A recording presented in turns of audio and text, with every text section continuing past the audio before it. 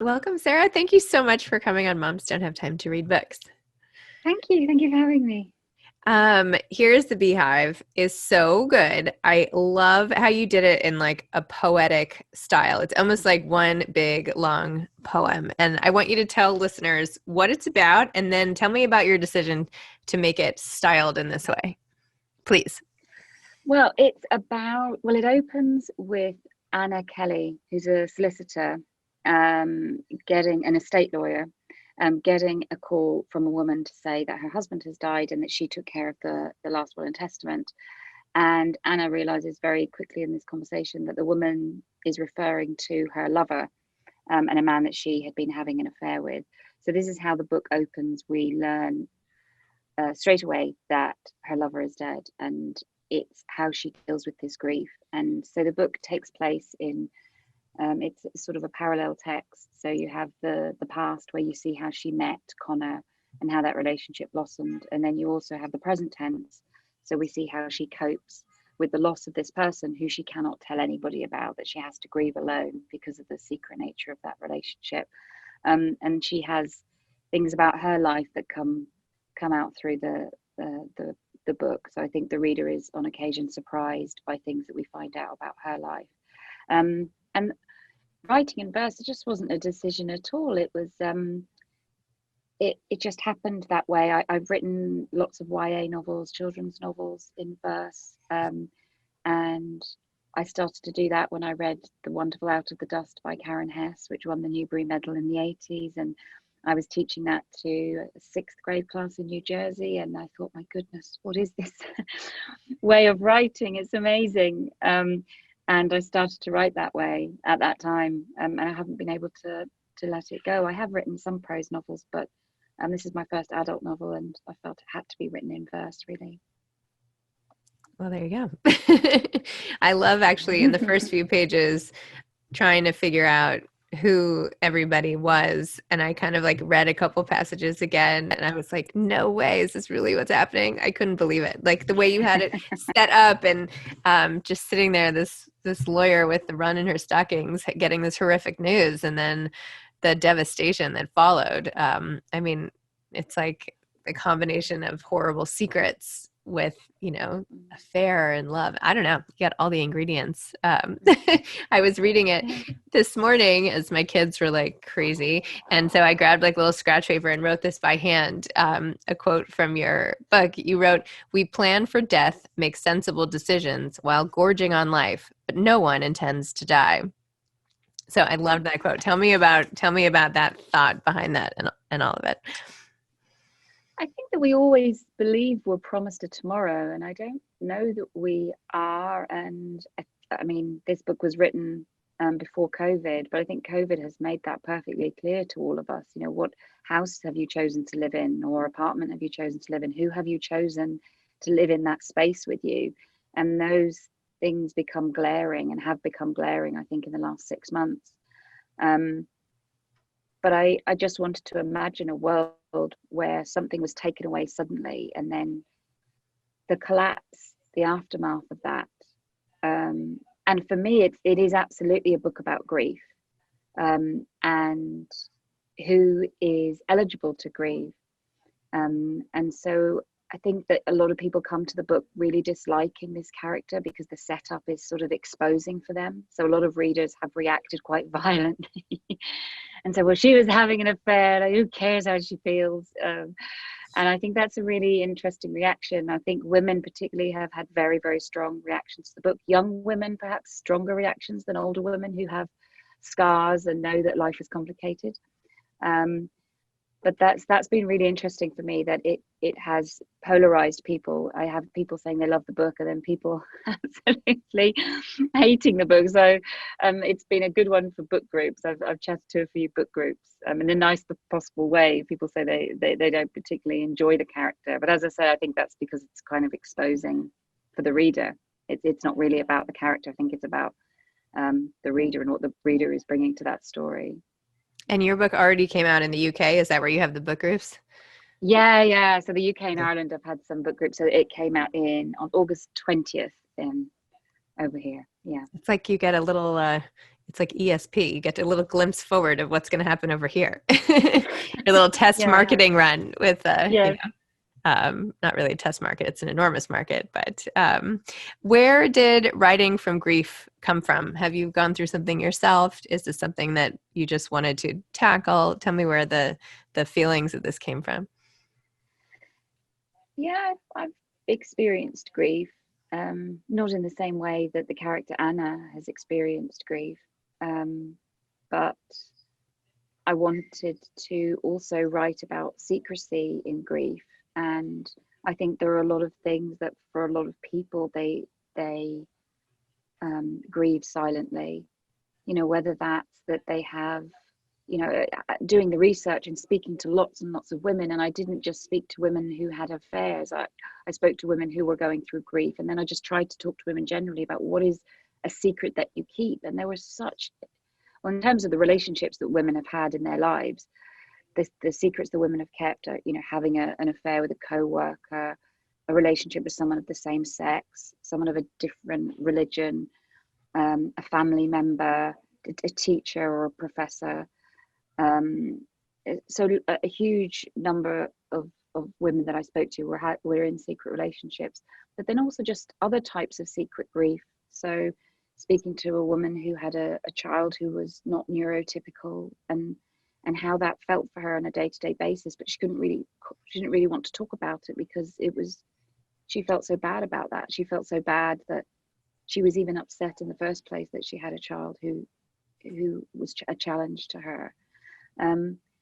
So that's kind of what I meant at the beginning, this legitimacy of grief, like who is entitled to grieve and for what are we entitled to grieve. And I was listening to Brené Brown speak on her podcast recently about COVID and how we say to ourselves on a daily basis, well, I shouldn't get too upset because, you know, I have a house and I have food on the table and my home is warm.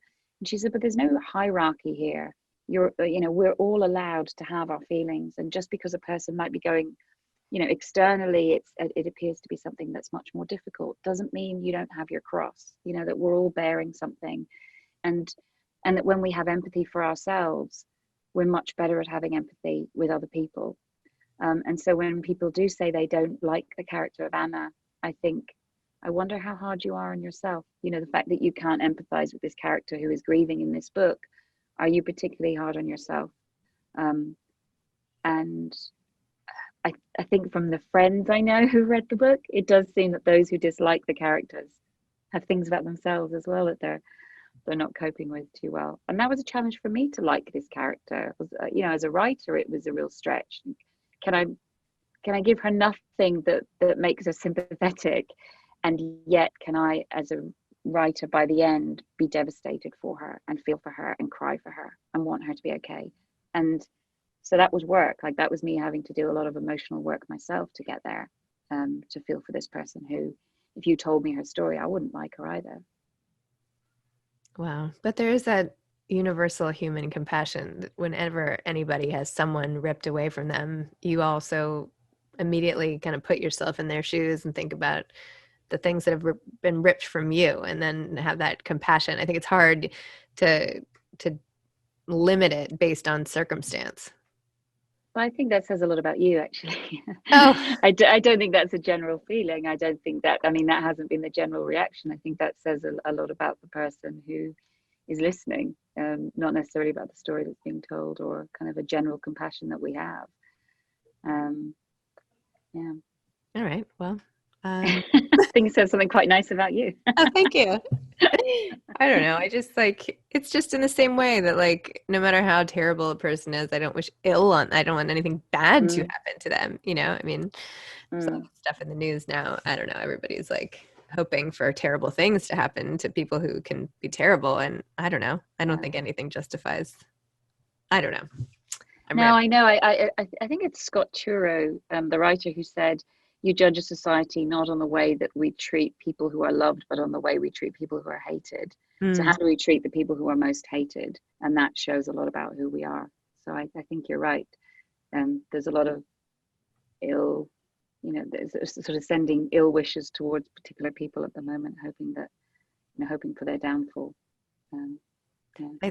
I think you also in your book captured some of the immediate aftermath, that like shock value of grief, and how Anna stops eating and like everything in her lets her hair go, and everybody notices but no one can pinpoint it, and the fact that she can't reveal it, it just makes it all the worse. But it's like those first weeks or days or weeks, or when you're integrating that information with everyday life again, are so challenging, and I feel like you like got to the heart of that particular time.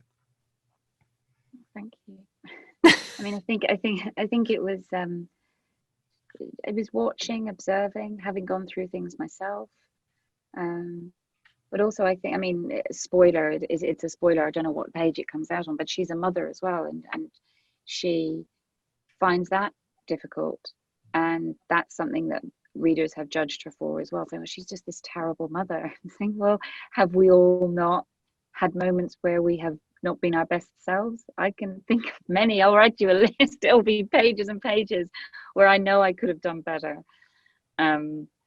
And so I think that's the one thing that's leveled at Anna, which bothers me. That I think if the protagonist had been a male, that wouldn't be leveled at him. That he's a terrible father. He's disconnected from his children. Of course, she's disconnected from her children. She's disconnected from herself. She's disconnected from her whole life. Mm-hmm. So, yeah, having kids makes everything more complicated. yeah. I was on Instagram like debating if I should admit how like not proud of my mom behavior I was the other day, and I was like, nope, I think I'm gonna delete this. Nobody needs to know. They can imagine. Like everyone's been there, but still I don't necessarily need to put it on display. Everybody slips. I mean, not in like a lifelong damaging way, but it's a lot having kids, and when you throw on extra emotion over it, it's a lot. It's, and then they take on your emotion too. I mean, kids are like sponges, so you can't hide it necessarily. No, I think How they're a reflection, aren't they? are you? How old is your daughter? Do you have other kids? It's just your daughter, or? I just have one. Yeah, she's 8. Oh, So yeah, she's back at school now after I think 6 months. So she's not happy. I thought she would be delighted to go back, but she's not. She's not enjoying it massively. So I don't know. I think she feeds off my anxiety. I feed off hers. And yeah, I need to kind of be better at hiding my feelings. I don't know. I don't know that a psychologist would say that was a good thing, but I suppose because she's been at home so much, I end up revealing things to her. Or she ends up overhearing conversations that I'm having. There was an illness in my family, and I was trying to deal with that, and there was nowhere for me to go. I'm on the phone. I have to take the phone calls. So yeah, I think I keep talking about the pandemic, but during the pandemic, I think parenthood has been particularly difficult because we spend so much time protecting our children from things, and then they're face to face with it. There's nowhere to hide. that's true. So. I went through my mother-in-law and grandmother-in-law both had COVID and both passed away during the summer within 6 weeks. And my husband, Kyle, we were like in charge of her care. It has to be remote, right? Because she was in Charlotte, North Carolina.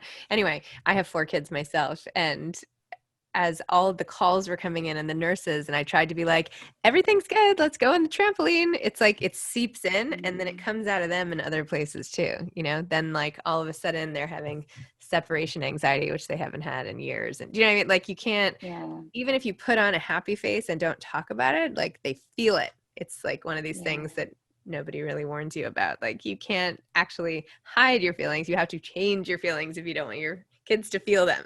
You know what I mean? No, I completely agree. And I was speaking to a psychiatrist not that long ago who was saying, one of the worst things for children is a house where there's silence, because they know there's some kind of danger. They know there's silence in terms of tension, silence in terms of a house where people are not getting on very well, but they're not shouting at each other, because a child senses it. They know, they feel that energy, and they attach that danger elsewhere. So it's okay, I know something's not quite right, but everything looks right. So you know what, I'm just going to suddenly be scared of buttons. Right. I'm going to suddenly be scared of ice cream or whatever. Not likely, but I'm going to attach my fear. So true. Oh, are you still there? Wait, it's pausing. Hold on, come back. He's still there? It's frozen. Maybe he'll come back. I'm just going to wait. I don't know if you can hear me. Hi. Oh, Yeah, I can hear you now. Yeah, I don't know what's happened there. oh, there we go. Okay. Yeah. Um, Okay. no, I was just saying it's just like sort of like a dog approaches a situation, right? Like how you don't hear anything necessarily, and they pick up everything, and they just like freeze, and they're like looking around. With my dog, it's like howling in the middle of the night. No. Be quiet, Hilda. Be quiet.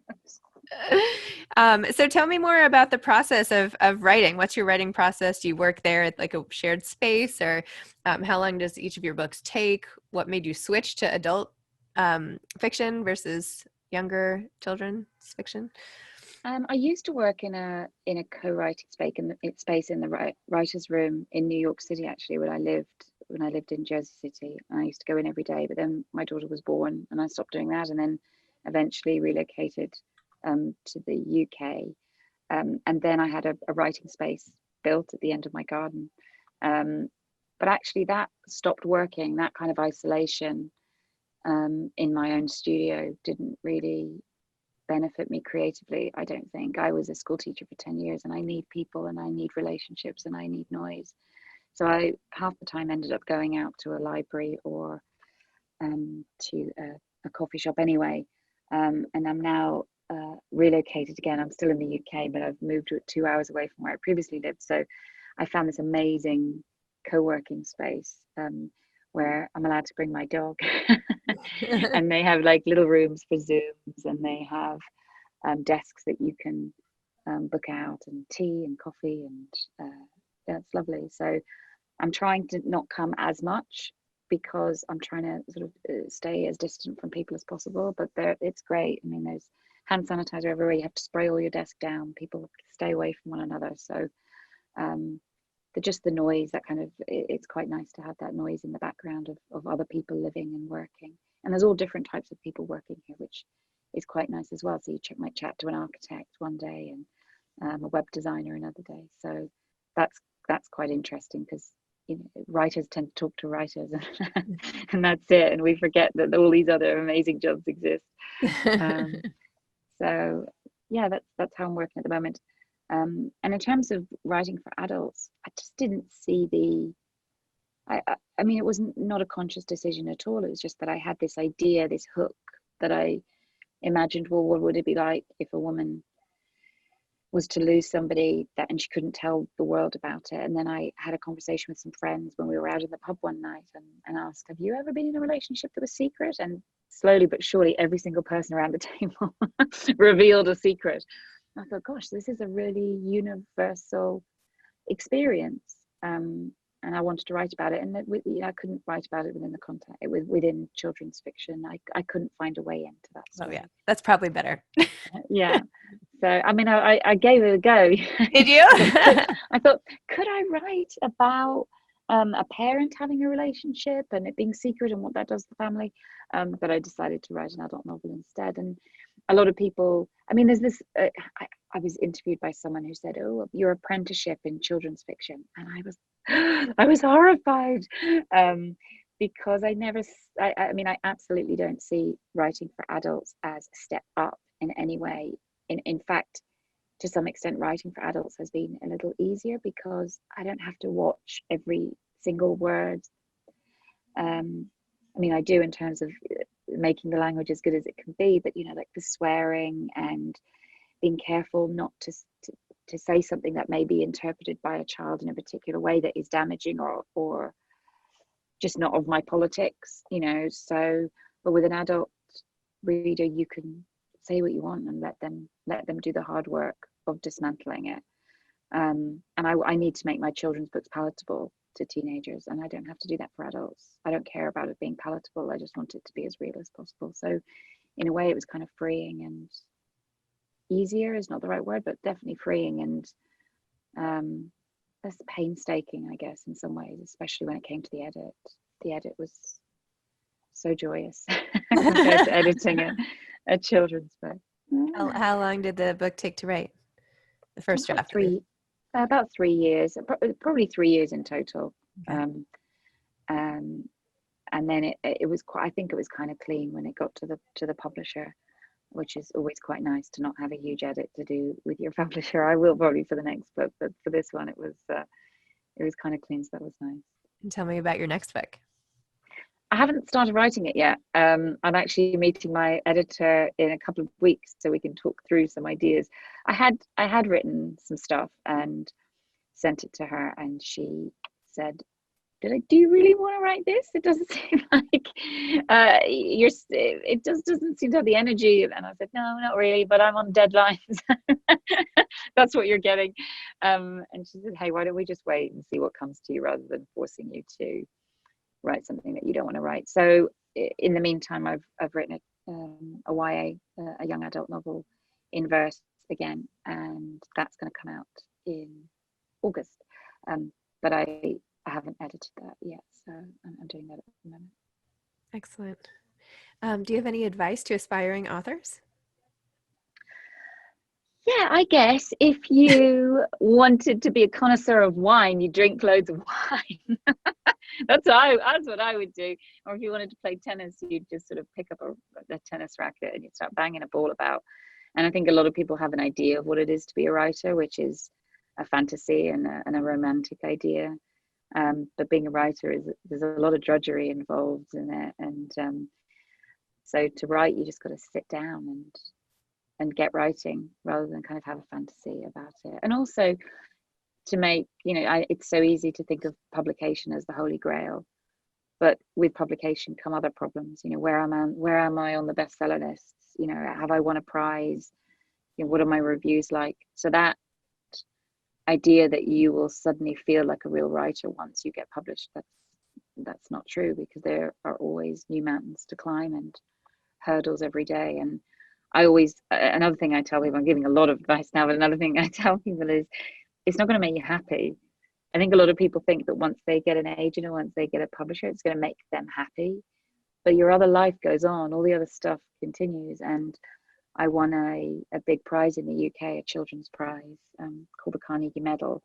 And I got a call from my publicist to say, are you sitting down? And I thought someone had died. I was like, yeah. She was like, oh, you won the Carnegie Medal. I said, oh my goodness.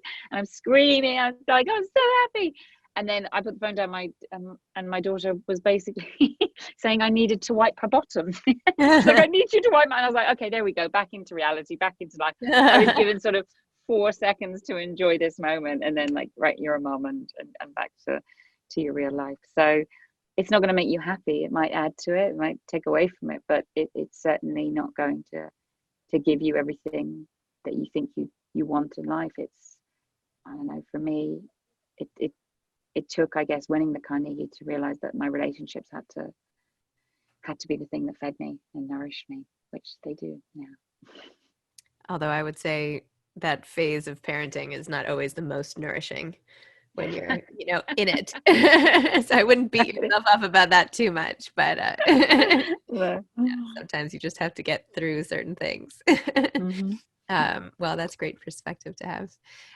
Well, thank you. Thank you for coming on Moms No Time to Read Books. I'd really love for you I have a virtual book club called Zibby's Virtual Book Club, and we have authors come on and we all read the book, and then there's Q&A with the author. And if you have any interest, I think this would be a great book for my club. So if you want to do it, I could work with your publicist and try to find a time.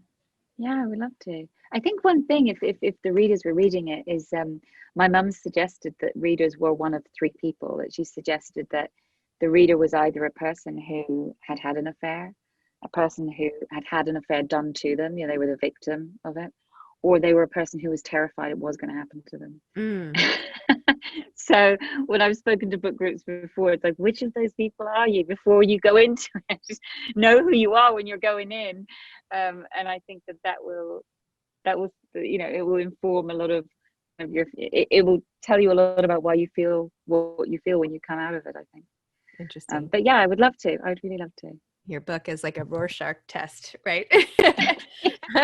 I also found, I am divorced and remarried. When I started telling people, this is years ago, but when I would tell friends and sit down with them, I'm getting a divorce or whatever, their reaction had nothing to do with me. And it just said, everything about their own marriage. It was basically like, if you want to find out about your friends' marriages, tell them you're getting a divorce, see how they react, and then be like, nah, I'm kidding.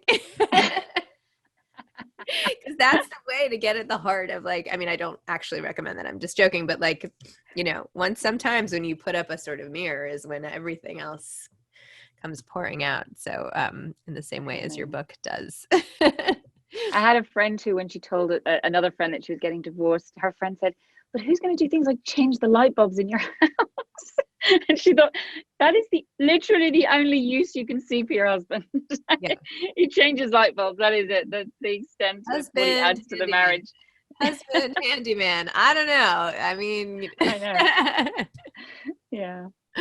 Oh my well, it was so nice to speak to you. It's so been nice really, to speak really to fun. You too. Yes, you too. All right. Well, have a great day, and thanks so much. Yeah. You too, Zibby. Okay. Bye. Bye.